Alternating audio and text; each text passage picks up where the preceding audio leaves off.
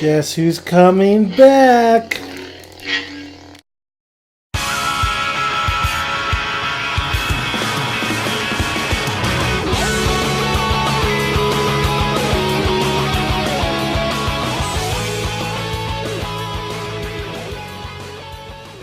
What's going on, guys? Welcome to Rise and Shine Movie News, and we got three big topic movie news topics, right? But a lot of Star Wars. But before we get to the Star Wars news, let's get to the Arnold Schwarzenegger news. Predator. Now, Arnold, they asked him about, a bunch of the reboots and sequels and stuff. Basically, what might be, what's his next on his agenda. Of course, he has Conan that he's going to be starring in, but they asked about Predator. It focused shift on Predator. And Arnold isn't too pleased with what happened after the first film. He doesn't think any of the Predator films are up to par with the first film. This is his quote, saying, "So far, no Predator movie, no matter which one they did after the first one, has been satisfactory to the audience." So, you can find all the information. I'll have the whole source link in my description box if you want to check it out. So it's interesting that he says that, because you know what? It is true that the first one is a masterpiece. It is a classic. I do agree with Arnold. It hasn't been as good as the first one. However, does this mean this franchise is shit? No. I think the Predator franchise is really damn good, except the exceptional of Alien vs. Predator, which I thought was so wasted.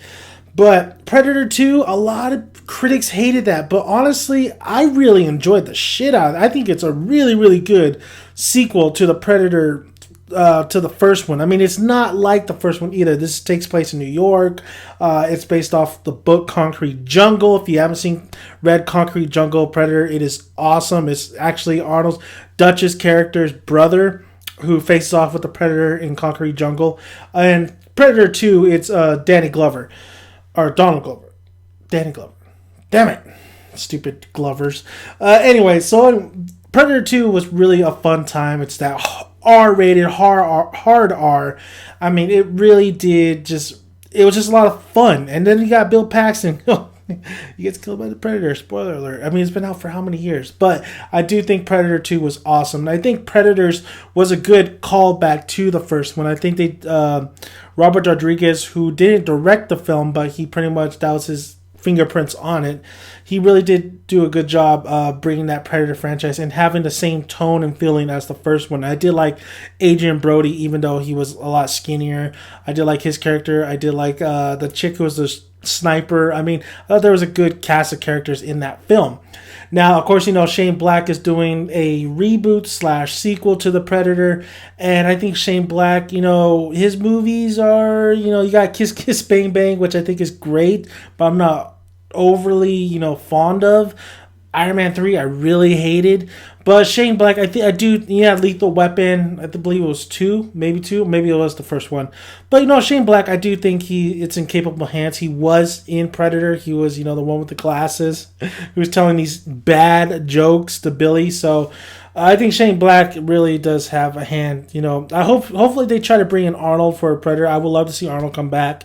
He doesn't have to be the main focus. He could be, a supporting character or even just a little cameo. But I would love to see Dutch return to the series. And you know what? How about Dutch comes to the series? I think they wanted to have The Rock as his son, which is kind of ridiculous. But it would be nice to see maybe Dutch having a brother or something like that, or some kids to take over the mantle. But we'll see. Moving on, let's talk Star Wars. Now, Star Wars, let's talk about Rogue One real quick, because Rogue One, there's not too much information on here, just that Darth Vader's coming back. Of course, Darth Vader's coming back because it's focused on before The New Hope, or the first Star Wars film, and it's Rebels versus Empire. And as you know, they brought Darth Vader back for Rebels, the animated show, which I think is a genius move. He is very menacing. Of course, he's not going to be there through the whole season because they're already sending some Inquisitors after the Ghost Crew. But it makes sense that Rogue One would have Darth Vader, and they're going to have him a lot. He's going to be a huge presence in Rogue One. I think that's awesome. I mean, of course, he has to be involved because this is taking place before, New Hope. But I hope they don't, shift the focus on these, rogue pilots and what they're doing, because I I hope Darth Vader isn't using. He's a Sith, but I hope he's more in like the TIE fighters and shit. Other than maybe lightsaber battles. I don't want to see lightsaber battles in Rogue One. I don't want to see really anything to do with kind of Jedi mentality. I think this is the type of film you stray away from that. Of course, you're gonna have Darth Vader in there. Of course, you're gonna have a lot of Jedi, Sith lore, mythology. However, I want it to be a gritty war type film. You know how Terminator Salvation should have been? That's what Star Wars should have been. But of course, Terminator Salvation is not a good example. I want a good dogfight kind of movie, and to really, it's Star Wars, but I want it to harken back of the dogfights of the old, or like these old time war movies that we used to always watch. So all I'm saying is Darth Vader will be in Rogue One. I just hope they don't stray away from what they're trying to do. But I believe that Rogue One is going to be it's an awesome concept. I want to see it's like it's definitely kind of a heist kind of feel to it. So, Now the other news is StarWars.com has said that Lord and Millar, who did Lego, the movie, 21 Jump Street, the famous directors, are attached for an anthology, another spin-off film that has to do with young Han Solo. I don't like it. But here's their quote. Here's a quote of this, and this is the film we've worked on. Seems like a good idea to begin with. We promise to take risks to give the audience a fresh experience, and we pledge ourselves to be faithful towards of these characters who mean so much to us. This is a dream come true for us, and not the kind of dream where you're late for work and all your clothes are made of pudding, but the kind of dream where you get to make a film with some of the greatest characters ever in a film franchise you've loved since before you can remember having dreams at all. Lord and Millar, I think they're really good. I do like the Lego movie. I didn't think it was my favorite anime movie, but it was really, really good. I had fun time with it. 21 Jump Street is an awesome comedy. 22 Jump Street, I think they worked on that too, and I thought that was a bad movie. I don't have a problem with Lord and Millar. I think they're very talented. I think they could definitely adapt the Star Wars movie with humor. Han Solo is a type of character I don't want to see them. I don't want to see them I just don't want to see them touch upon. I don't want to see them have their hands on. I don't want to see a young Han Solo. An old Han Solo, yes, because, it's after Return of the Jedi. This is continuing. But I don't want to see what Han Solo did before then. I don't need to see this. I don't need to see him what he was doing before. We get the idea. The mystery is there. That's what I kind of hate about prequels and stuff, when they're trying to get a character or whatever, do something, and just say, oh, the mystery, what did he do beforehand? We have it in our head, what he did beforehand.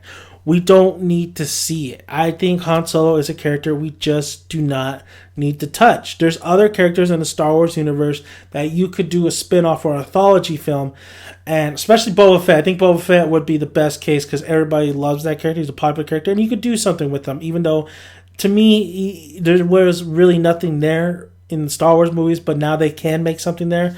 With Han Solo, we have it. We have our run. We have him coming to these new movies. We don't need any more Han Solo. Obi-Wan Kenobi, we've seen him in the prequels, but I think he's definitely a character that a lot of people would like to see.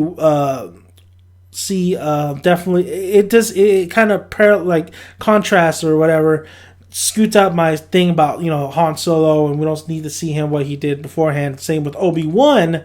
However, just Obi-Wan, it feels like he deserves it. It feels like we just haven't got enough. We're just haven't satisfied our appetite with Obi-Wan, especially with the prequels, who just shitted on pretty much him and Anakin's relationship.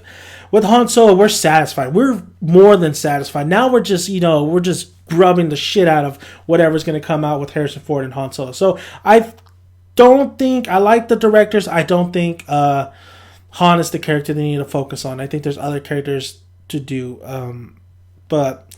I know Aaron Paul was in talks on maybe being Harrison Ford. I don't see it, even though I love Aaron Paul. But who knows? Who knows where it goes? But that's mine. That's it, guys. That's all the movie news I have. Do you guys think? Do you agree? Do you think we need another Han Solo Or do you think we need a prequel, spin-off, anthology film of Han Solo or not? I think no. Same with Yoda. I think there was... Maybe I'll make a separate video of why I think Han Solo shouldn't be made into a prequel kind of film or his story. So, thank you guys for listening. Dan Demands... Oh, wait. Oh, wait, hang on. First, subscribe, please. Like, and comment below. So, thank you guys for listening. Dan Demands is out.